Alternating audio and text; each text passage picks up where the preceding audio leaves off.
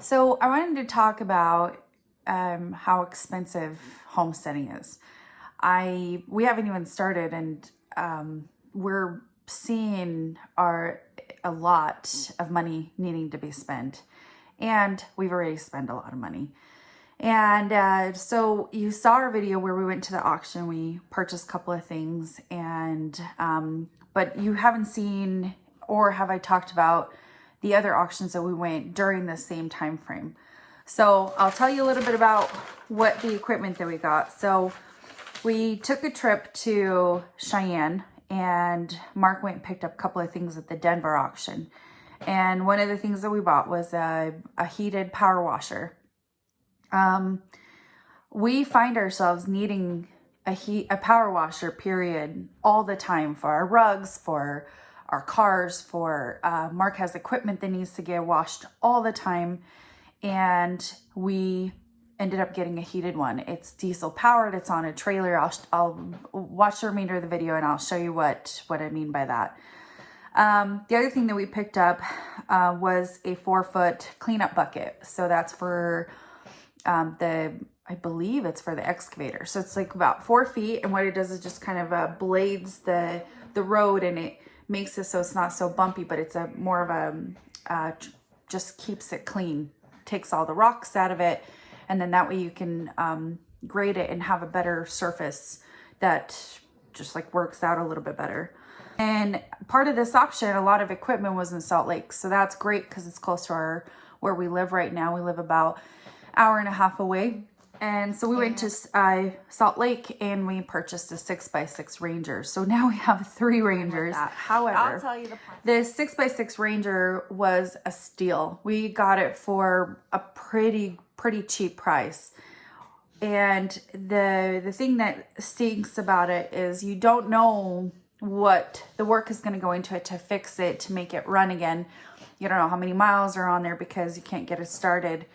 And some things are just kind of old and need to be replaced. But Mark knows the ins and outs of Rangers, cars, trucks, tractors, excavators, and so on. He's worked on so much equipment that he felt really confident that if we have a price point for the Ranger where you stop at a certain point. So for example, the maximum money you might spend on this Ranger is, let's say $1,500. You have to also put the time in too, because not everybody has a skill set of cleaning up a piece of equipment where they have to do it themselves. So you have to also account for the time that you spent, or you're going to pay somebody that for the labor. You have to account for that. And then you think about, okay, it's going to be $1,500. I could purchase one on the classifieds, locally classifieds, a Ranger that runs just fine. It's a little older. You can purchase one for maybe like between $5,000 to $7,000, right? So then your auction, if you want to be below that, especially your low point where it's $5,000, then you want to purchase your Ranger for $2,500 or less, or try to set, okay, the most I'm going to go is $28,000. And you have to have the discipline to say, I'm not going to go further up, because then you're going to put yourself in a hole. So anyways, that was one of the things. On our 6x6, we are anticipating to change all the tires, the 6 tires. And we want good ones because it's going to go up to our property, which is, I don't know if you guys heard me say, it's all uphill. It's like this, and then the driveway is like this, and then the cabin's like here somewhere. It's just so much uphill. And you're going to have to get around. You're going to have to get around. You're going to check on your animals. You're going to do more fencing. And that Ranger needs to be able to get around. The next thing we bought was a Miller Bobcat welder. And it's a 12 kilowatt. That's what my husband calls it. I'm not sure what that means. Anybody can comment and tell me exactly what that means. He tells me exactly what it means, but I kind of don't listen. So it's what it is. And it's to help power a house when things go down. And it's also a great multi-process or multi-purpose even welder. So it needed a battery and a starter and some cable leads. So When we did get it, it wasn't operating. So we got the battery, it was around $150. The starter was $100.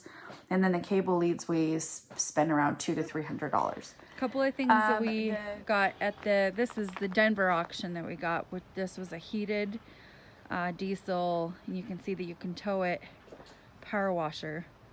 So this was quite a win for us. We really like it, and Mark has used it several times now. He got this trailer washed off with it, and we sold it just recently, so somebody will be picking it up. But this is going to be great for all of our equipment when we go up to the property and start living up there. The other thing we got, and this was we picked up at the Salt Lake auction, was a welder / generator. How many watts is this, Ev? Do you know? Let's see if it says. But it's a Miller, and Mark had to get leads for the welding, and that wasn't too bad. And a couple of other things to get it fixed up, but it runs good. It's a Kohler engine. I hope I said that right. Up to 250 amps. 250 amps, that's what Everest is saying. But yeah, this is also going to be really handy to have on the property as well. This is a great generator. We went to the LA auction. That's the video that you had seen that I posted. And first things foremost, I don't recommend going to LA for like a vacation. Maybe some of you like that kind of scene and the traffic and all that. There's too many people for me. Everybody drives crazy, in my opinion, but you can be mad at me for saying that. It was just chaotic. It was too much. You have to navigate quite a bit through things. When we got to the hotel, Mark is like, let's go out to dinner. No. By our hotel, there was a Winco, and I'm like, I'm just going to walk over to the grocery store, get something from the deli, and call it a day, because I could not be in the car after the traffic. I'm sorry, LA guys. You guys got too many people. Gotta spread it out a little, okay? So, I don't know. I'm already kind of an anxious person, and it just made me extremely anxious. I was done to get out of the car. So, that's what happened. It's fine. But it was quite exciting to be at the LA one, because we got some really good equipment. Rock bucket was one of them, and I'm reading my notes because, like, you see my head turning down. I'm just reading my notes because I'm not quite sure about the official names, and I'm not very good with words. As if you watch my videos, it's fine. So the rock bucket, what it does is it scoops up the dirt, and anything that's 3 inches or bigger, it'll keep in the bucket, and that's for our tractor. And guess what? We got our tractor on the auction. And I want to tell you a price point on this one. The tractor, we knew the engine block was bad. It was a pretty new tractor, and somebody rolled it in California or something, and the engine block had a crack in it. And we bought it for, I think it was under $4,000. So between, I think, $35,000 to $4,000.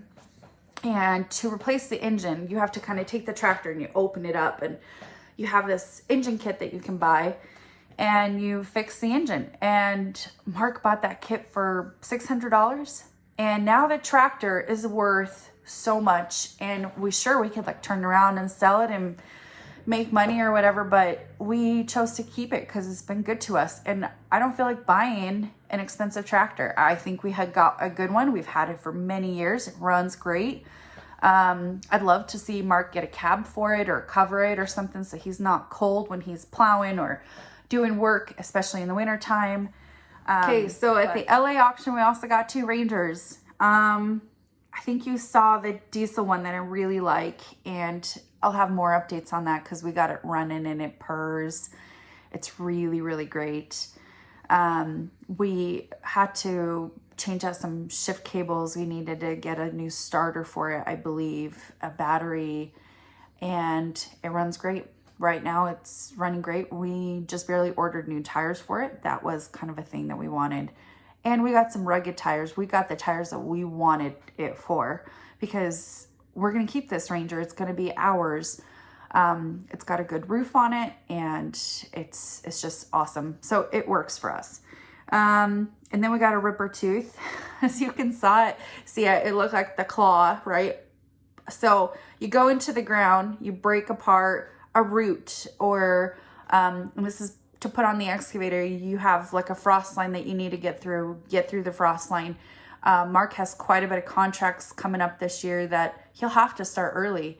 Thank goodness. Well, to keep going and letting you know like what we got at the auction in LA, there was a couple of things. So we got the ripper tooth and I told you a little bit about that, and it's really to help Mark with contracts, and also we might be getting some trees removed from on our property. It's just going to become really handy. Then we got a couple of woodworking tools, and one of them was bandsaw and Delta 14 by 48 wood lathe.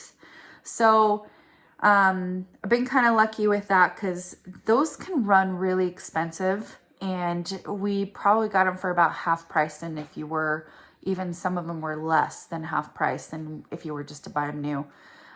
With that being said, we had to get a couple of tools that went with it, a couple of gears. Like for the lathe, we had to get a claw that held the wood as it's spinning. And then we went to one more auction, and this one,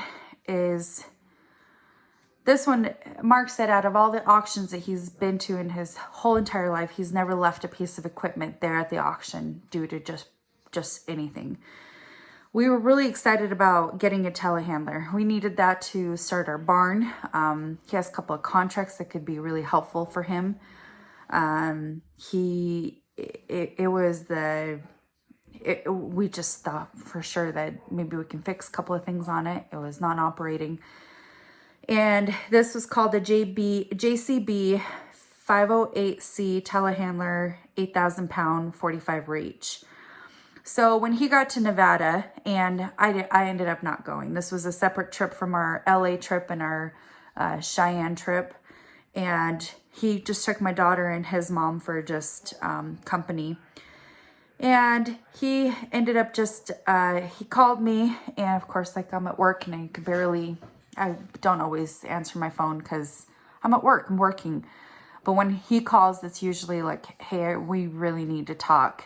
And so he called and he said, I'm looking at the tires and they're bad. And to replace them, I looked at the parts and it's a lot of money. He's looking at I'm reading my notes because like I said, I'm not very good with words. He talked about the hydraulics. The hydraulics were picked apart. The body of the frame was dented. The forks were not in great shape.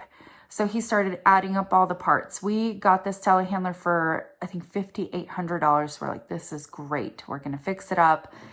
They usually run between $28,000 to $35,000 for a decent running telehandler. So I thought, okay, well, we'll just fix it up, maybe put $5,000 into it, and we'd have $11,000 to $12,000 telehandler. No, that wasn't the case. He started adding up the parts, and he was just like, I don't feel good about this. I don't have time for this. And like I said at the beginning of the video, you have to consider your time or somebody else's time. Time is money.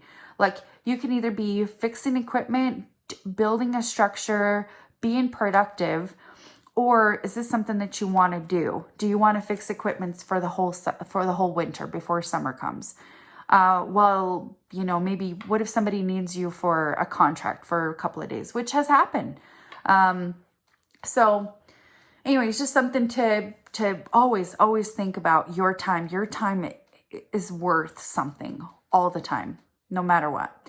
So we talked about it. We always wanted a telehandler. We probably will get one eventually, but we got to have a good deal. We can't we've been searching for one for a couple of years, and this one came along, and we thought for sure we did a great job. And he came out there, he spent 4 hours looking over this piece of equipment, and he even had the fork guys come in and pick it up and almost put it on his trailer like 2 or 3 times. I'm sure they were annoyed with him, but he said, I got to leave it here. And he called me and he said, so what do you think? And I'm like, if it's not a quick couple of week here and there fixer, part buyer, whatever, you can just get it fixed up, or you're going to be working on it for the whole winter. I would rather you just leave it. So what happens if you leave a piece of equipment at the auction, right? Because you're thinking they probably lost this $53,000 or $5,300, not thousand, $5,300. Jeez. Anyway, so what happens is the auction will attempt to resell it for you. The next time that the Nevada auction comes back on, it will be in March. So now we purchased this equipment and now we're asking the auction to sell it for us. And we might lose 1,000, we might lose 2,000. We don't know. We might gain 1,000 or gain 2,000. You just never know. We'll see what the auction does. But now it's like we have flipped it. We're now have this piece of equipment that we don't want anything to do with. And if somebody wants it, go right ahead and buy it. So we're on the hunt again. However, Mark has been doing auctions for 25 years. He knows what he's doing. He knows how to look. He knows what to do with the piece of equipment. He knows he can just look at the pictures and know exactly what's going on with that piece of equipment. However, that's not the case in this case. And he said in the 25 years, he's never left anything behind. Never, never, ever. So we didn't do well. And I guess there's a saying that says, what happens in Vegas stays in Vegas. And this time it did. It stayed in Vegas. We are not going to get that piece of equipment. The money thing is not really talked a lot about any of these homesteading videos. We have a huge list that we just talked about. There's a couple of things that we did to separate the list. One is you have your what do you want to help you just get around the property. Maybe how to take care of the animals. What do you need for road work? What do you need for structures? Or what do you need, right? We bought a tractor. That was the first thing that we bought was the tractor. And that was really nice. When we started putting roads in, we rented an excavator. And then we ended up buying an excavator. We have right now a 312, which is big and it's great for basement digs and so on. But it's not one for just the getting around, you know. We need something smaller. And we, of course, the 312 would use it for the business. And then the mini we would use for the property / the business. Mark really wants a skid steer. He really wants some snow plowing equipment. All those cost money. And not just like $100 or it's a $30,000 if you get lucky, or $35,000 to $40,000 if you're got lucky, because they're still really expensive pieces of equipment. And a lot of us that have land it's a challenging piece of land, need that kind of equipment. There's just no way. And you can do things, like I said, with a shovel and a rake. You need heavy equipment to do the job for you and do it quick. Let's say a water line goes out or something wrong happens. You can't just dig a trench with a shovel. You can't always. Sometimes your water is far away. Sometimes you need to dig it out. Backhoes, you see a lot of homesteaders having a backhoe. And those are also pricey. They're not cheap. None of it is cheap. And tractors, a lot of people have a tractor. And you can get into them if you're careful for a good price. But if you need one right now and you're not patient, you will pay a little more. You just will. Naturally, you will. Days, you said? Yeah. He's a hustler, baby. I know. He's like, Mom, I got $5. Where'd you get $5 from? Oh, I've been selling my sunglasses. What? What sunglasses? Oh, the ones that Sage bought. She bought like 100. So it's pretty warm, so it probably won't. But see that light, that curly key light? Turn it off and on again, real quick. That little curly key light when you turn it on. That's the glow plugs. So you always want to make sure that comes on and goes off before you crank. Ooh, that starts right up. I like that. Yeah, it's warm, so now it does. You're in pavement mode, so you're good there. Come on, Will. Let's go for it. Oh, yeah. Hang on. Now you're in.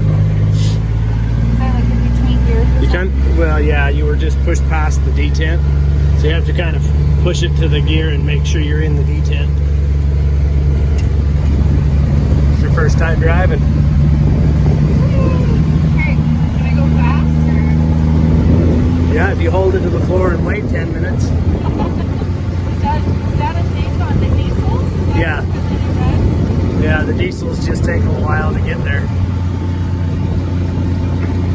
Hey, I don't care. If this is gonna haul like a bunch of firewood, it's like whatever. Yeah. I'm turning around now. Yep.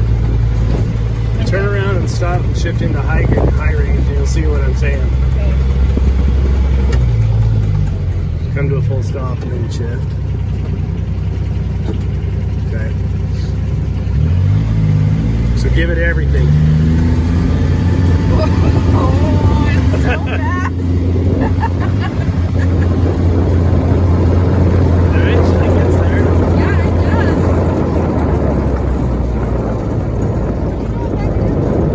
And the blue in the wind. To our yard. Yep. It's not ours. Hopefully someone's looking for it. Oh, I like it. That's good. It's pretty good. That's a nice Ranger. Yeah, I'm happy with that. Okay, you said to watch the curly Q. When you turn it on, Oh. you skipped that part entirely. So I saw it. The second time. you just turn it on, you watch for that light to come on, go off, and then crank. Oh, yeah, I did. When skip it's that cold, that'll be on for like 45 seconds a minute.